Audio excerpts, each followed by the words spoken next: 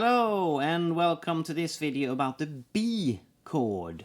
This is video number 8 in the series of caged chords, and you might be thinking B is not in the word caged, and you be correct. I'm using this B chord to include the two missing diatonic notes. So we had C, A, G, E, D, caged, and then in video 7 it was F.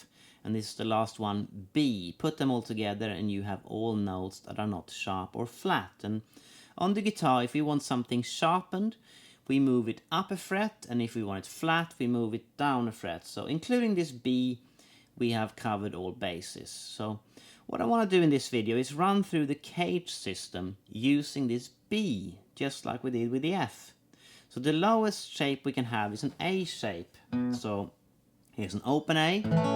We move that up 2 frets, and we have a B.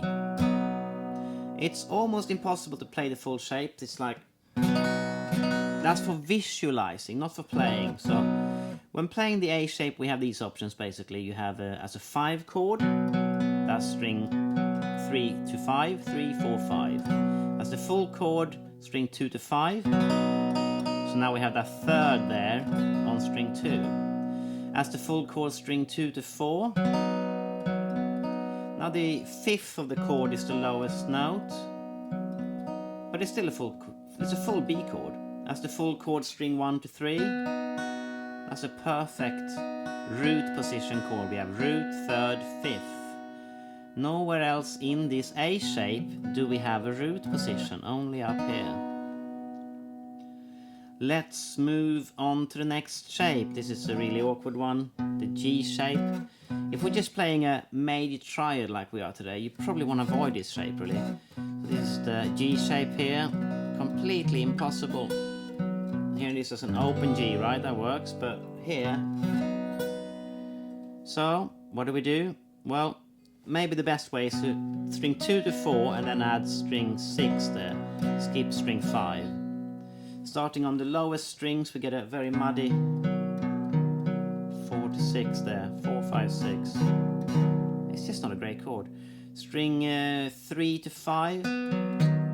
We have the 3rd of the chord in the bass there, and it's not the best shape in the world. String 2 to 4 is really great, but really it's an A shape, isn't it? String 1 to 3 is not great unless you start extending it to major 7, dominant 7, or 6.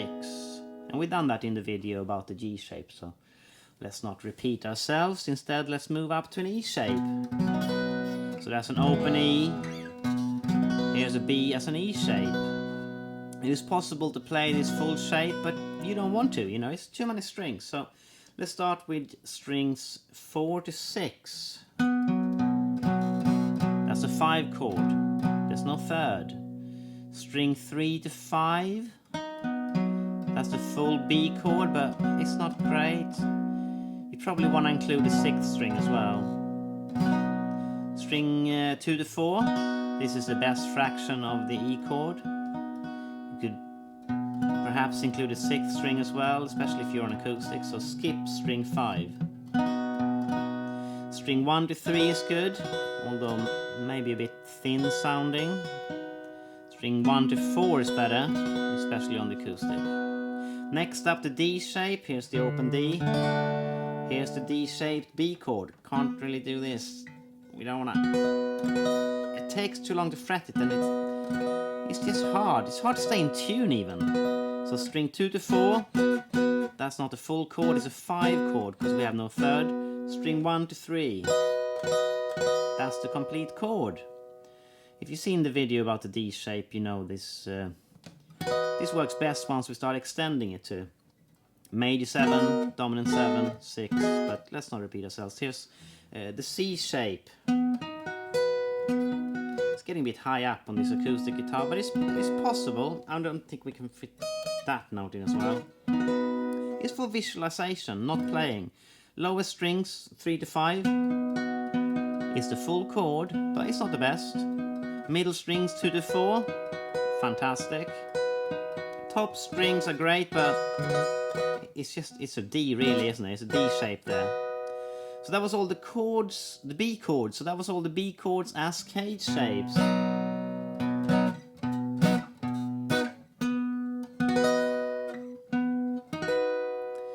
We have now covered all major chords that are not flat or sharp. I hope you can see how the goal here is to learn all shapes, see all intervals in each shape, play fractions of each shape. Do this and you can play all extensions, arpeggios and modes.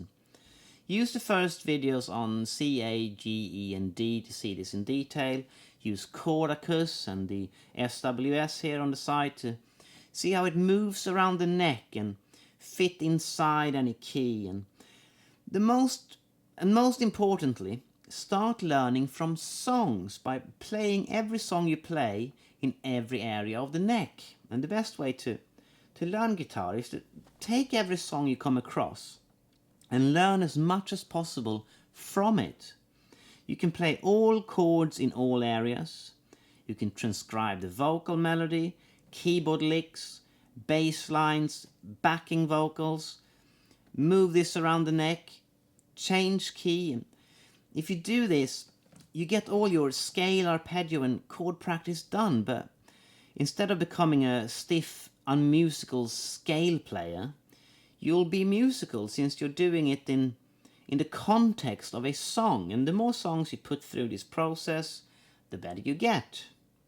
If you want to help with clarifying this approach and create great habits, this is exactly what my guitar courses do. So I hope that you join me there and we can put all this stuff to work, basically.